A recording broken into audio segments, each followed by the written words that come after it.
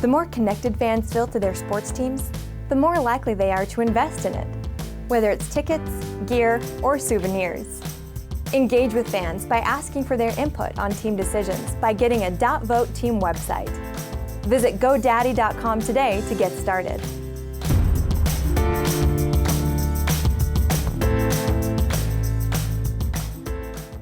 The Lakers get sold, what it might mean for the NBA. LeBron rewrites history. Baseball fans hate analytics, but a prime example of why they should embrace them. Plus, what I learned on TikTok returns as we talk with our pal and the host of the Grindhouse podcast, Joe Leo. It's all right now on a fresh episode of Gordon Damer on Sports.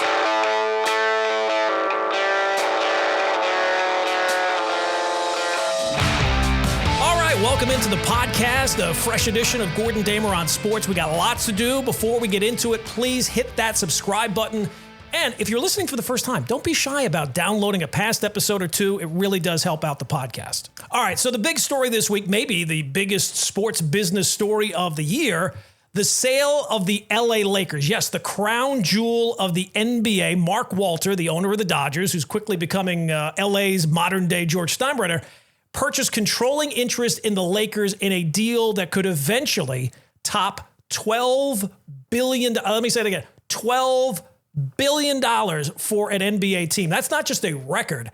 That shatters the old record. The Celtics were just sold not that long ago for $6 billion, and that was considered wild. And if you add the Celtics price along with what the Mavericks recently sold for, it still does not reach what the Lakers just got. It's unfathomable, even for a brand as iconic as the Lakers. But here's the thing. I'm not a big conspiracy guy, but when you see things sometimes, everything starts to fall into place just a bit. So let me throw on my tinfoil hat for just a second. There's a comedian, Ron Funches, who does a bit about conspiracies, how he doesn't believe in most of them, but to not believe in any conspiracies is wild. And he points out, you think the government's just telling you the truth on everything all the time, and how he has one kid and he lies to that kid all the time. So I'm not saying that the NBA is scripted. I'm just saying if it were to be scripted, this is what it would look like. And this is the NBA, the league that brought you frozen envelopes and Michael Jordan's secret suspension disguised as a baseball career. The Lakers just sold for, $12 billion, right? Highest sale price for any sports franchise. And remember, when the Celtics sold, they had just won a title. They're the most decorated team in NBA history, but they're not the brand the Lakers are. But just when that brand was starting to dim a little, fading from finals contention year in and year out, facing big questions about what the post-LeBron era would look like, guess what happened during the course of the year? Boom! Enter Luka Doncic. Yes, somehow the Lakers landed Luka Doncic, a generational superstar, an MVP caliber type face of the league, in a trade that made everyone who saw it say, wait a second, did Shams get hacked? Is that real? There was no real bidding war. There was no drawn out negotiation. No chance for another team to come in and blow away the Mavericks with a better offer. Just boom, Luka's in LA, and we found out about it when the deal was already done. No rumors ahead of time. Nothing got leaked. And look, I get it. Stars in the NBA ask out all the time. But when you got a guy who is 25, fresh off a finals appearance, and is elite, you don't just hand him to a team in your conference, the most marketable team in the sport, just because the sake of convenience. Unless that convenience also might just happen to benefit you as well. Because here's where it gets really rich. The Mavericks, the same team that just handed Luka over to the Lakers in the same year, just so happened, I know it's crazy, win the NBA draft lottery. They had less than a 2% chance of doing that, and it just so happens to be a draft year with a generational prospect waiting for you at number one in Cooper Flagg. So they trade away their franchise player and immediately get a shiny new one to sell to the fan base. And what year does this happen in? It just so happens it happens in the 2025 finals when Oklahoma City and Indiana are facing off in the lowest rated finals in year. Two small market teams with no legacy, no real casual interest for the casual basketball fan. It's been great basketball, but it's not been good business for the league. So while the finals are quietly tanking on TV, what's going on behind the scenes? The Lakers are selling for billions and billions. And just as this all unfolds, what else just happens to happen? Adam Silver just so happens to announce that expansion talks are officially on the agenda for the Board of Governors meeting in Vegas next month. What are the odds? It's not a rumor anymore. It's happening. And if you're trying to maximize expansion fees, which go straight to the current owners, what better comp could you possibly have for? Well, the Lakers just sold for $12 billion. That number resets the market, and it guarantees any expansion team will have to pay through the nose just to exist. We're talking $7 billion to get in the door. So if you're an NBA owner, you just watched Luka get handed to the Lakers. You saw the Mavericks magically win the lottery. Your finals tanked in the ratings, but your equity just went up. Hard to complain, right? So again, I'm not saying it's scripted, but boy, if it was, it would be hard to come up with a better script for everyone involved than this. All right, so two other things Laker related. So I'm recording this podcast episode before Game 6 of the NBA Finals, and it certainly appears like either tonight or in Game 7, the Thunder are going to win their first NBA title. And if they do, the main reason why they will is because of Sam Presti, their GM. This guy is the best executive in the league, the best eye for talent. And he's not just built one championship level team in OKC, he has now done it again and is set up to be the next dynasty. Now, look, with the way that the NBA is structured now, it's going to be very hard for there to be any dynasties. But if there is a team on the radar right now that is set up for success to win multiple titles, to win back-to-back titles, to win 3 times in 5 years, it's Oklahoma City. They have an incredibly young team with 0 bad contracts. They have 13 first-round picks still to come between now and 2030. And their GM has the best eye for talent in the league. Those things are not really disputable. So you might be saying, well, how does this tie into the Lakers? Well, their new owner, Mark Walter, follow what he did when he bought the Dodgers. This guy doesn't just spend money. He builds organizations. And look what he's done with LA. He didn't just hand out huge contracts to players. He went out and hired the best general manager in baseball away from another team, Andrew Friedman, who was with Tampa Bay. And then he built his organization where every department basically runs like it's led by its own GM because he realizes there's a salary cap on players, but there's no salary cap on smart people. So the Dodgers spend a ton on things most fans don't think about infrastructure and front office talent and player development and analysts and all that kind of stuff. So now that guy is the same guy who buys the Lakers. So don't be shocked if Mark Walter starts pulling some of those same levers in LA. So honestly, I would be not surprised at all if he tries to make a run after Sam Presti. He's been given a contract extension recently with OKC, so maybe this has to take a little while. But Presti's been in Oklahoma City for almost 2 decades. At some point, he might want a new challenge. Now, I don't know if that's something that would appeal to him, but if it did, there's no bigger stage than the Lakers. And while it might not be on brand for Presti, it's definitely on brand for Walter. And when you're shelling out $12 billion for a franchise, you're not going to sit back and be patient. You're doing it to be the organization in the league. You're looking to build a monster. And if you just spent $12 billion, there's no price tag on having the best guy run it. And that guy would be Sam Presti. And then there's LeBron's comments about ring culture in the NBA, which are just laughable on their face. On his podcast, Mind the Game, he said, quote, "I don't know where this whole ring culture thing started." LeBron said that out loud with a straight face. Look, if someone is writing a book titled Ring Culture, LeBron is not a chapter. He's the publisher of the book. Is this guy serious? Now look, before we go any further, let's be clear. The NBA, it has always mattered more about championships than any other sports because basketball is a superstars game. One player can change things in basketball more than other sports. Football, you need 53 guys. Baseball, a hitter might only get to see 3-4 pitches a night. In basketball, one dude can play 40 minutes, touch the ball every possession, and take over a playoff series. Stars matter more in the NBA. It's the league where superstars really win. It's one of the best strengths the league has. So yes, we've always weighed rings heavily in the NBA, starting with Bill Russell, moving on to Magic and Bird, to Jordan, to Kobe, to Duncan. You win titles in the NBA. Superstars win titles. And ring culture is a direct result of Michael Jordan's dominance with the Chicago Bulls. The fact that he won 3 in a row and then retired and won 3 in a row and went 6-0 in the finals with no Game 7s, his career, that became the bar to shoot for. And LeBron has been obsessed with being known as the greatest of all time. Just listen to him through the years. He has been obsessed with surpassing Jordan. And he's been completely inauthentic during the process. So you can tie it all back to 2010 with the decision and going to Miami. He didn't do that to be the best player he could. He went there to build a super team. In his own words, not to win 2, not 3, not 4, not 5. He was ring chasing and he thought it would work.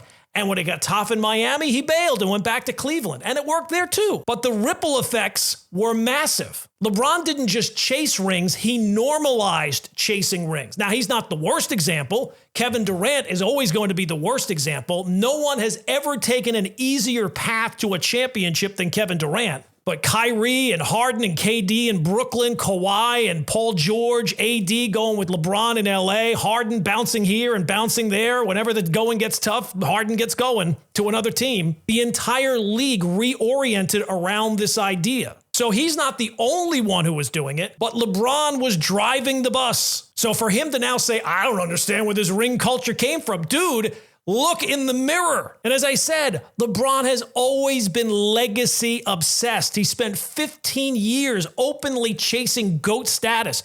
And now the fact that he's 4-6 in the finals, and it's clear he's not going to get to 6 like Jordan, now all of a sudden the rings thing, it doesn't really matter. He wants to pivot. Now he wants to focus on accomplishments and impact and the team aspect and longevity. That's revisionist history, and he knows it. Now, nobody's going to say it to his face, but he knows that's the truth, or at least should. And here's a little bit more truth. Michael Jordan didn't chase rings. They came to him. He stayed in one place and battled through losses, and when he broke through, he never looked back. Again, 6 for 6, no Game 7s, no hand-picking all-star teammates. So LeBron can cry foul all he wanted. This is not a game that the media invented. He did. And he doesn't get to change the narrative now. He's an all-time great player. At worst, he's the 3rd best player in the history of the NBA. But for him and for his ego, that apparently is not enough. So for LeBron and his ego, being one of the greatest is not enough. He needed to be the greatest by any means necessary. And now that the math is not mathing in his favor, suddenly the formula is flawed. Funny how that works. All right, now to change gears and sports for a second. You know, in sports, we celebrate greatness. We celebrate MVPs. We marvel at dynasties. We hold up the Jordans and the Bradys and the Yankees of old or the Warriors at their peak. That's what we do. We praise what works, what wins, what's dominant. That's what we go to sports for, to see the true greatness of players, athletes, teams. But you know, every once in a while, something happens on the other end of the spectrum that's so jaw-droppingly bad, so spectacularly dysfunctional, that it should be recognized. That brings us to the 2025 Colorado Rockies. This is not just a bad baseball team. This is not just a team that's rebuilding or tanking or struggling through a rough year. This is a historical failure. And there is a point to this, I promise. There is a lesson to be learned from the 2025 Colorado Rockies. The Rockies this year are 17-58. You don't have to be a math wizard to know that's really bad. That's a .227 winning percentage. Their run differential, the amount of runs they scored minus the runs they've given up, is minus 196. That's almost 70 runs worse than the next team in baseball. And keep in mind, this is after they've been playing a bit better. They recently won a series against the Marlins, swept a series against the Marlins. They just won 4 in a row. Now, 3 of those were against the Nationals, but hey, win's a win. 17-58 is still mind-boggling bad. And even winning those games, they're still on pace for the worst record ever. The most losses since the 1899 Cleveland Spiders. Now, the reason those Spiders were so bad was the owner owned that team, but he also owned the team in St. Louis, a clear conflict of interest. And right before the season, he took all the good Cleveland players and traded them to St. Louis because it was a bigger market. The Rockies, They have no such excuse. In a sport currently defined by parity, where like basically 25 or 26 teams are still within striking distance of a wild card spot, the Rockies aren't just out of it. They're in a different universe of bad. And I think that that's what makes this whole thing so unbelievable. You know, this isn't back in the 90s or the early 2000s where the Yankees had this huge payroll edge and half the league had no shot. This is 2025. The Orioles have rebuilt. The Tigers are coming up. The Royals have hope. Most teams have a plan. And even those who don't, they're nowhere close to this bad. Like the Pirates are terrible by all metrics and measures. They're 11 games out of a playoff spot. The Rockies are more than double that. And this was not always the way. Not that long ago, the Rockies weren't like this. 2017, 2018, they were a playoff team. Back-to-back seasons. They had really good players. Nolan Arenado, Trevor Story, Charlie Blackmon. They had a rotation. They had some real juice. But when you really get into why they are this bad, it's more disturbing the deeper you go, because this is not a tank job. We've seen plenty of major league teams tank with an end goal in mind.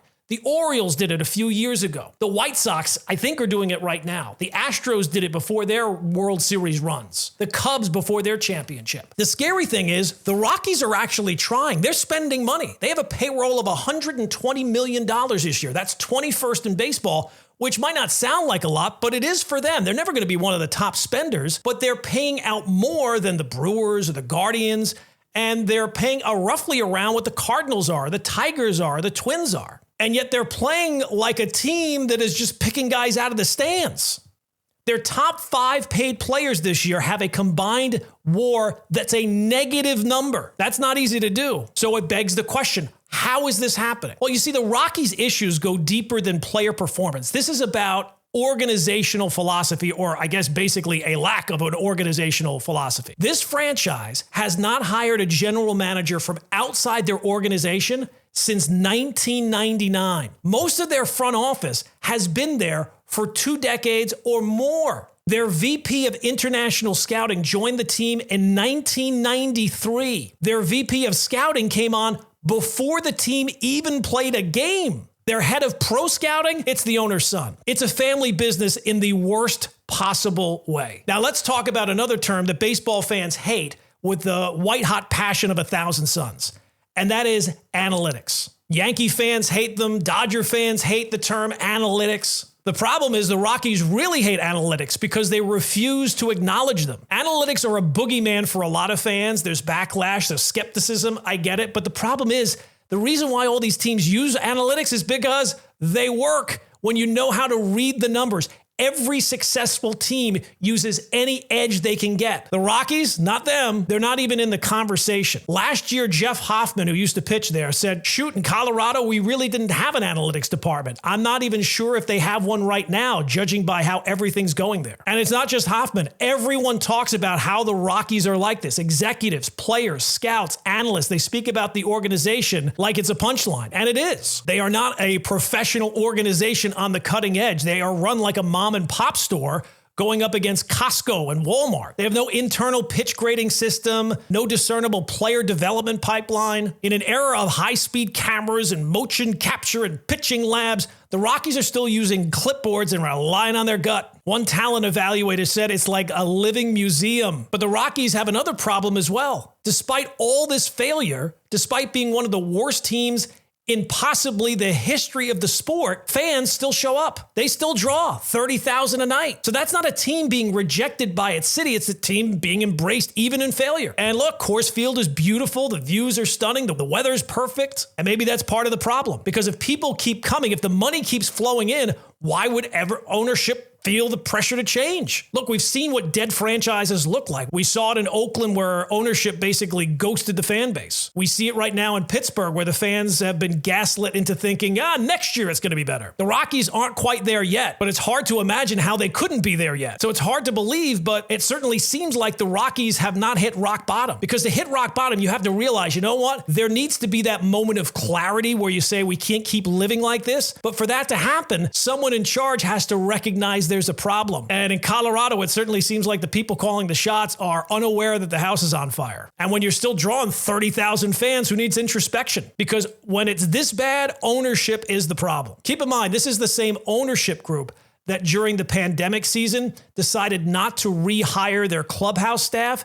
Instead, they used full-time front office employees, including members of the analytics and player development teams, to be the clubbies, to shine guys' shoes and wash jock straps and go on tobacco runs for players. Yeah, the analytics department was folding laundry after the game and putting in a full day's work on player development. Nothing says we value innovation quite like treating your data team like camp counselors. So look, I get it. Analytics can absolutely drive you up a wall as a baseball fan. Sometimes it feels like you're watching spreadsheets play the game. But the alternative, I would say, look at the Rockies. That's a team that is basically allergic to data. And I promise you, whatever you think of launch angles or spin rate or exit velo, the view from rock bottom is a whole lot worse. Marketing for a sports team? Can't quite think of a way to engage loyal fans as much as you would like? This is where a .vote web address comes in. Allow for fans to help decide player of the game, player of the week, or MVP of a season. There are hundreds of ways you can conduct polls for fan engagement that benefits both the organization and the fan base. Visit www.godaddy.com and purchase www.yourteam.vote. All right, now joining me on Gordon Damer on Sports, a guy I know well. He wears a lot of hats. Unfortunately, none of those hats belong to a championship-winning team anytime recently. He's a longtime producer, ESPN radio podcast host of Grind Hours. Joe Leo, my good friend, is back on the show. First time I've had you on my podcast. I've been on yours a couple of times, but good to see you, pal. What's going on? It's good to be on this show for the first time.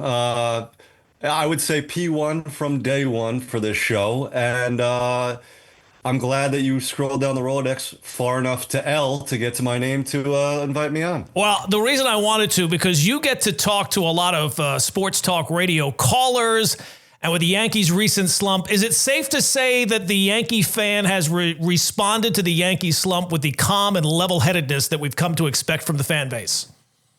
I would say, and you know this well from taking a lot of those calls, the stereotypical, what are the Yankees doing? Fire Boone. They can't hit. They can't base run. This pitching stinks. Get rid of Dominguez. Those callers are now back. They've climbed out from underneath their rocks, dial the phones, and they're back. And it's officially Yankee season, because it's not Yankee season until those callers start to voice their opinions.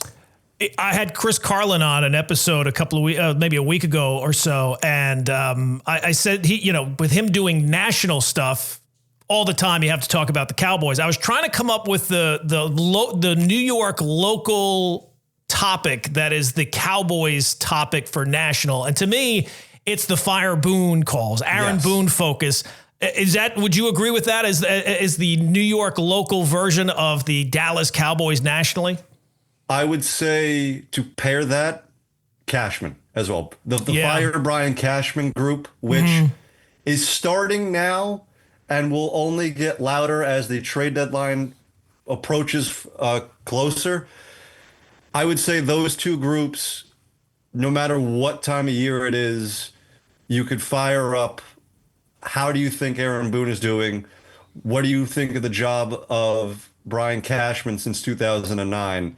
And you will have a full bank of calls in the opposition of both of those two gentlemen. Yeah, I feel like the battle on Cashman is long over. That war he's not getting fired ever. He is basically a Steinbrenner child at this point. Probably Boone is the same way, because it's hard to know where Cashman ends and Boone begins. It's like they've become like one entity altogether. But yeah, I guess the Boone crowd is still focused on that and expecting that the Yankees are going to fire Aaron Boone and bring in Earl Weaver or somebody along those lines. The one thing that I will say, since Aaron Hicks, Josh Donaldson, there isn't a player that the fan base has kind of circled around to say we need to get rid of him. I would say the early leader in the clubhouse is Jason Dominguez, but as of right now, there is not that one player that the fan base has kind of targeted all their arrows towards. Yeah, I mean, it's kind of hard to have one, right? Like Rodon is pitched better this year. Volpe has taken a step forward. Volpe is a little bit of that as well for the Yankee fan base. But I guess Dominguez would have to be it, because The Yankees, I know the recent slump is not great evidence of it, but at least in terms of offense, they have at least removed the automatic outs from the lineup, right? Like there's not that guy that has an OPS of 500 or, something along, Josh Donaldson days or Aaron Hicks, where it was just an automatic out. So that kind of gives me hope. I know it doesn't feel like that right now, but it gives me hope that this is just the typical slump that happens, especially for the Yankees around this time of year every single year. And even though it comes with the Yankees in first place, you would think from the Yankee fan base reaction that they have somehow been eliminated from the playoffs while still in first place. Yeah, I mean, 4 for 45 in the last 6 games with runners in scoring position isn't great. Mm-hmm. Going scoreless in 3 games, also not great. And it also happens to coincide with Aaron Judge going into a slump. So yeah. Tell me about, let's talk a little bit about Judge's incredible season so far. It almost kind of gets lost in it because it's just expected now that just when you think, well, this guy can't get any better, somehow he figures out a way to do something that you didn't really even think was possible, and he gets better. He's having a season, and it's been mostly overshadowed by the Knicks, both with their playoff run and now their head coaching search. I'm going to read you 4 seasons from 4 Hall of Fame players that is probably the peak of their powers up to this point in June. So the same season, or the season that they like, their best season to this point in the season, June 18th. Henry Aaron's 1961, 326, 358, 921 OPS, 10 homers, 41 RBIs. Willie Mays in 1965, 324, 397, 1.088 OPS with 20 homers and 46 RBIs. Joe DiMaggio in 48, 291, 357, 933, 11 home runs, 49 RBIs. Miguel Cabrera in his 2013 Triple Crown season, 358, 451, 1.089 OPS, 19 homers, 70 RBIs. Aaron Judge this season, 372, 469, 1.209 OPS, 26 home runs, 60 RBIs. He's having an all-time season, potential Triple Crown season, and he comes up in the order and you're like, okay, well, he's supposed to do this. How have we reached this point, Gordon, where this is expected of a guy? This is Ruthian, it's Bonds-like, it's incredible, and yet we've just now kind of expected him to do this. Yeah, well, look, he is the best hitter in baseball since Barry Bonds in my eyes. And it's not even the Barry Bonds of the early part of his career. It was the chemically altered Barry Bonds where he was putting up cartoonish type numbers. You know, if I'm ever able to get Michael Kay on this podcast, I plan to ask him, is he the best Yankee you have ever seen? I will ask you, you're not as old, obviously, as Michael Kay. Would you say Aaron Judge right now is a Hall of Famer? Because he's almost certainly going to win the MVP again this year. He's a Hall of Famer. And I know a lot of Yankee fans will point to what has he done in the postseason, his postseason career batting average, the drop ball in the 5th inning of last World Series. I understand that. To be a true Yankee pantheon player, he will have to win a ring. But as of right now, in terms of baseball history, he's definitely a Hall of Famer already, and he's not even 35. He's got his career started late. He's just absolutely the best Yankee I've ever seen, and I didn't think I would ever say that from a position player standpoint, having watched majority of Derek Jeter's career. But you mentioned Chris Carlin earlier. It was like 3 weeks ago. I mentioned to him, I said, what would Judge, where does Judge rank in terms of all-time Yankees? He's not going to hit, unless he wins 7 World Series in a row, he's probably not going to crack the first Mount Rushmore of Ruth, Gehrig, Mantle, and DiMaggio.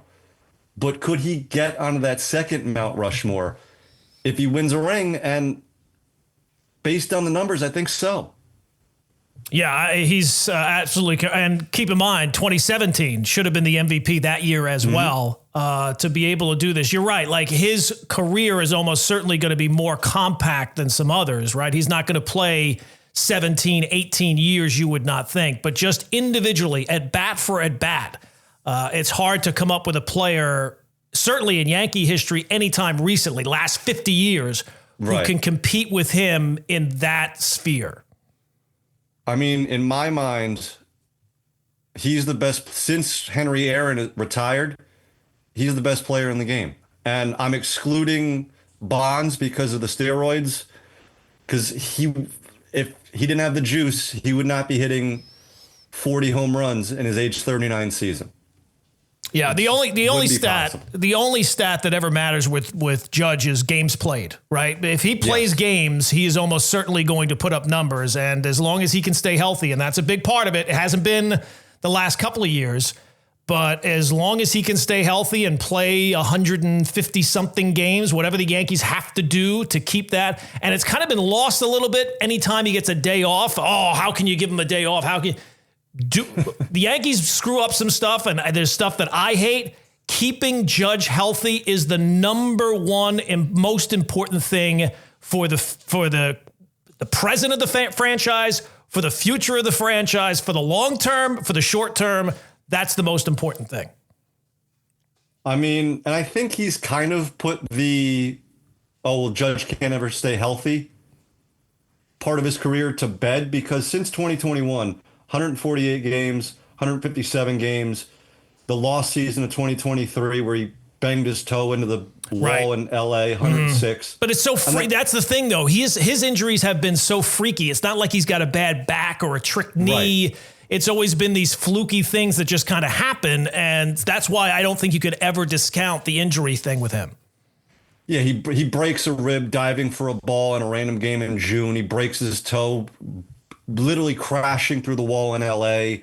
It's not, a tweaked ankle or a hamstring injury. He's actually the one Yankee, knock on wood, that doesn't have these soft tissue injuries. He's not Giancarlo Stanton that's going to miss 3 months because of an oblique strain or he pulled his hamstring.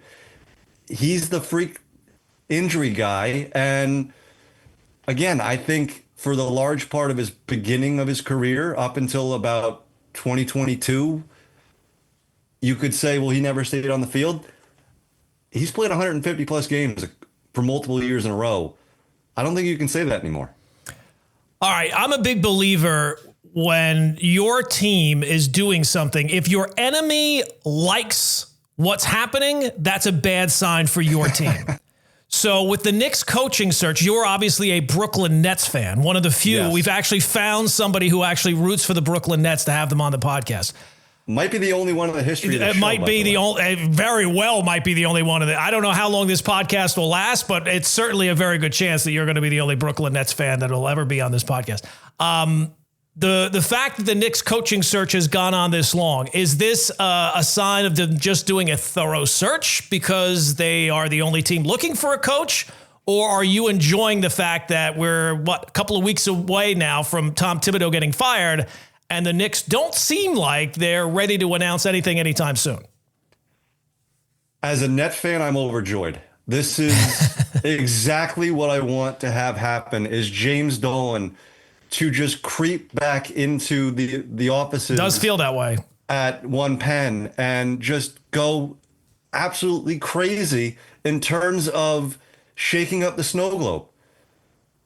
Gordon, you know this. The Knicks were actually sustainable. They were a model franchise. You wanted to do what the Knicks were doing the past couple of years, and then 72 hours after their best season in a quarter of a century, they fire the best head coach that they've had since the 90s. So I'm very happy. I'm also very confused as to what they're doing. I don't understand why you would fire a coach like that for a grouping of coaches that at best could be a lead Tibbs assistant. And it seems like this team right now is a rudderless ship, and you're just waiting for the notification that the Knicks have hired a head coach, and I have a feeling you're going to look at the screen for about 10 seconds and go, who? Okay. Well, how does that impact the rest of the offseason? And if I were to make a judgment as to who it would be, the further and further this goes along, I would say it's Johnny Bryant, the lead assistant for Cleveland, former lead assistant for Tibbs, just because there has to be another corresponding move.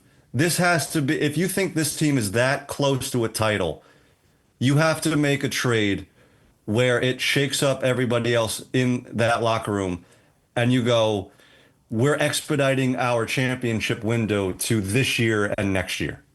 When it first happened, it felt like, okay, you make that move after your most successful season in forever. You have somebody in mind that, especially with Leon Rose, the agent behind the scenes, he's got back channel ways of figuring out things. So I thought, yeah, it's going to be Jason Kidd at some point.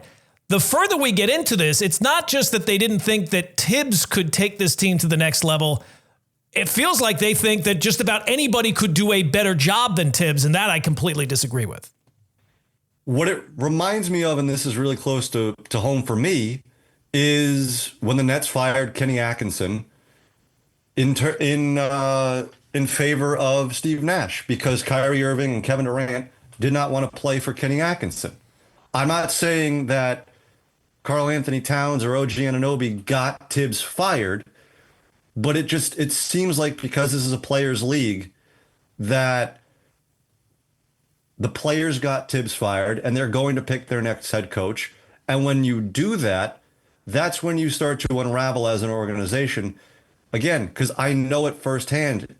And the further and further you go along, you look at the coaches that are free agents, the Taylor Jenkins, the Mike Malones, their track record doesn't really line up with what it seems like the players want.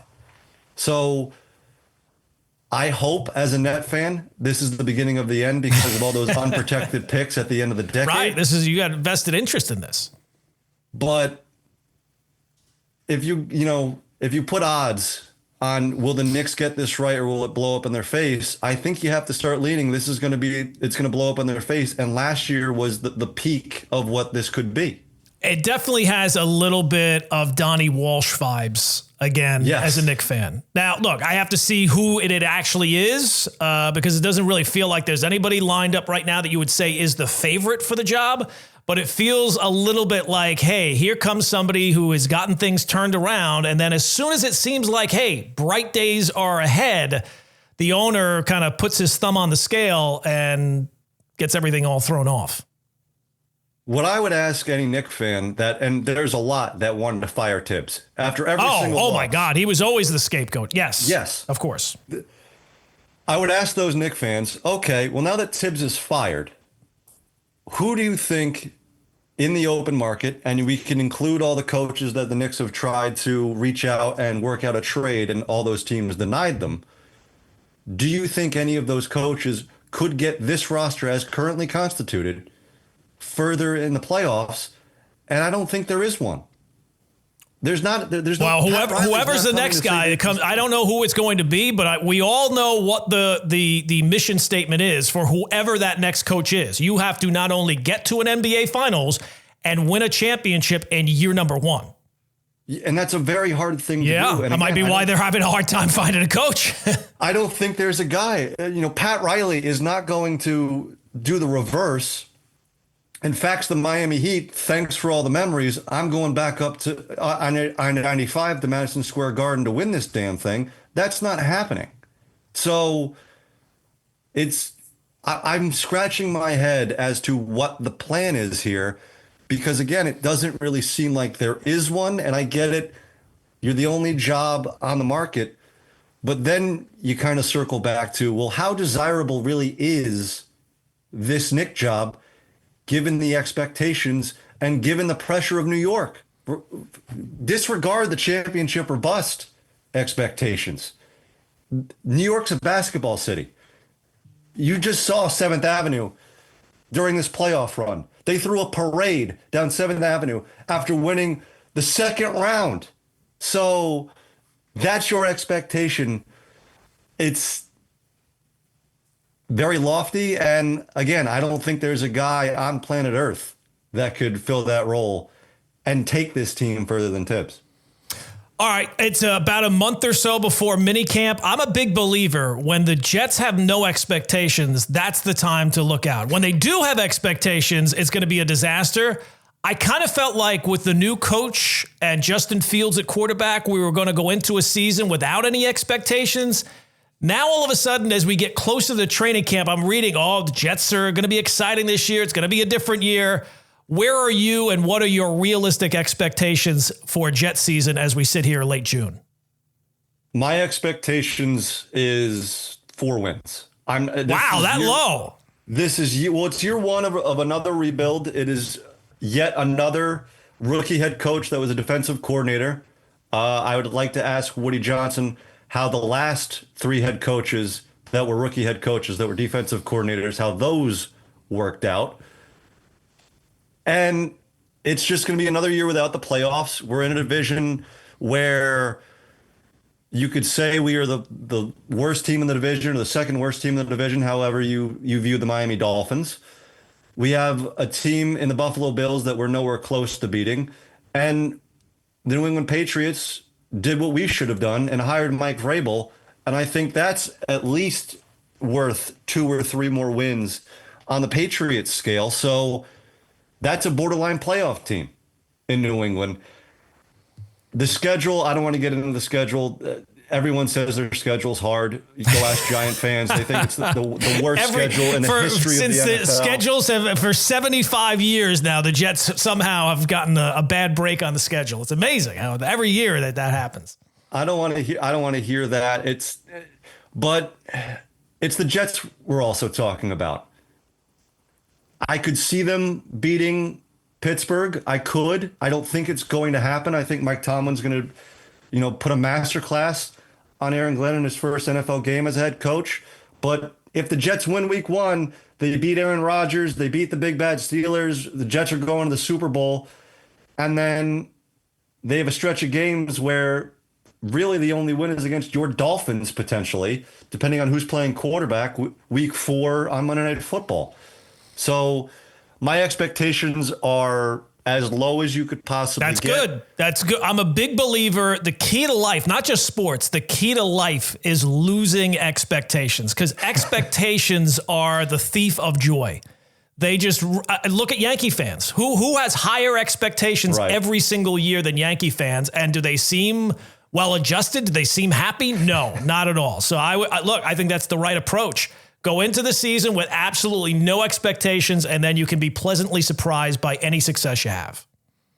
I would be floored if Aaron Glenn is actually a good coach, because the act that he's put on, that he is the next coming of Bill Parcells, is A, laughable to me, B, very misguided, and it seems like he's trying to be also Dan Campbell, which he did everything in that in his introductory press conference besides say we're going to bite the kneecaps off of our opponents.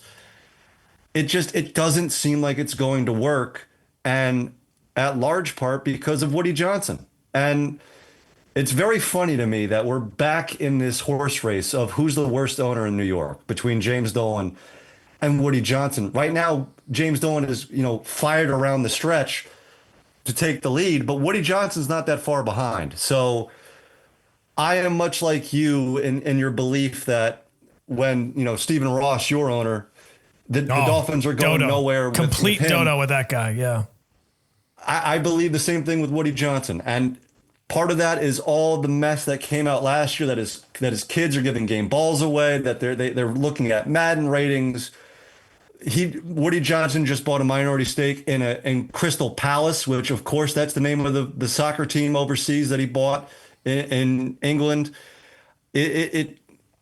Having that guy as your owner is it's so depressing that any Jet fan that has high expectations, I want to know what drugs they're on so I can partake.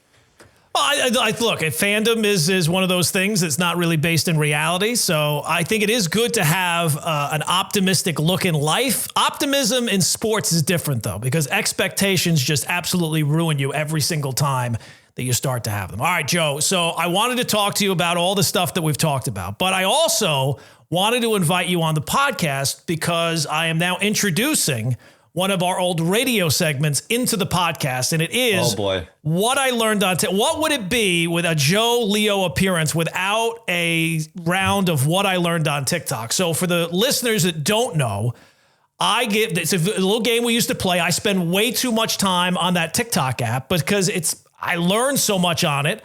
So we crafted it into a radio segment when Joe and I used to work together, where I will give Joe, and the listeners can play along, I give Joe 4 pieces of information, 3 of which are completely false. One, they all sound ridiculous, but one will actually sound ridiculous but be absolutely true, and it's something that I learned on TikTok. So, Joe, are you ready for the first edition of What I Learned on TikTok on Gordon Damer on Sports?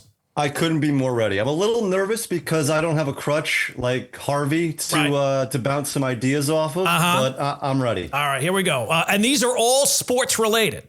So maybe that might play a little bit more into your knowledge base as opposed to the random trivia questions that we used to ask on the show. All right, number 1, in the Mariners franchise existence, they've had more players experience a ruptured testicle than playoff appearances.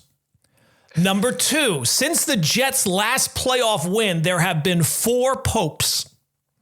Number 3, in 2021, in the Major League Baseball draft of 2021, the Angels had 20 picks and selected 20 pitchers. Or number 4, in his career, Greg Maddux faced over 20,000 batters, but only 133 of those 20,000 ever saw a 3-0 count. So I'll give you a second to think about it. Recap again. In the Mariners franchise existence, they've had more players experience ruptured testicles than playoff appearances. The Jets' last playoff win, there have been 4 popes. 2021 MLB draft, the Angels had 20 picks and selected 20 pitchers. Or in his career, Greg Maddux faced over 20,000 batters, but only had a 3-0 count against 133 of them.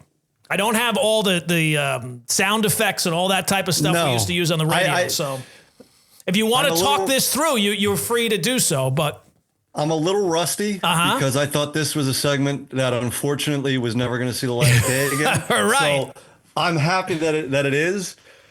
I'm going to go with the first one, with the Mariners having more ruptured testicles than playoff appearances. Yeah. I think it might be you baiting me on a hook, but I'm going to go with that one. All right, you're going to lock that one in? Yep. I'm sorry, that is incorrect. They've had the exact same amount. 5 players in franchise history, 5 playoff appearances. So that one's no. The actual correct answer, I'm not going to torture you to get you all of them wrong.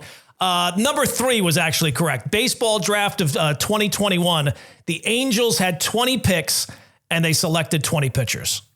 I wonder if any of those guys are actually on. Yeah, I'll have to go once this segment's over for the close of the podcast. I'll have to see how any of those 20 did. Knowing the Angels, it's probably they probably struck out like Knicks looking for head coaches that are coaching other teams. I would say maybe 5 of them are probably still in their system somewhere. 2021, knowing the Angels, it's probably not a high. It's probably not a high hit rate.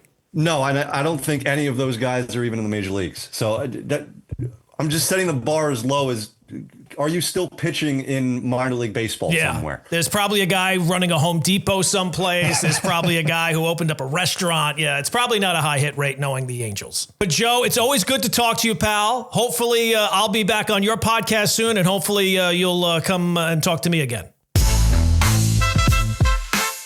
All right, people, that is going to do it for episode 17 of Gordon Damer on Sports. If you enjoyed the show, do me a favor, hit that subscribe button so you never miss an episode. And look, if you're already subscribed, tell a friend, share the show, spread the word. Thanks for listening, and we'll see you next time on Gordon Damer on Sports.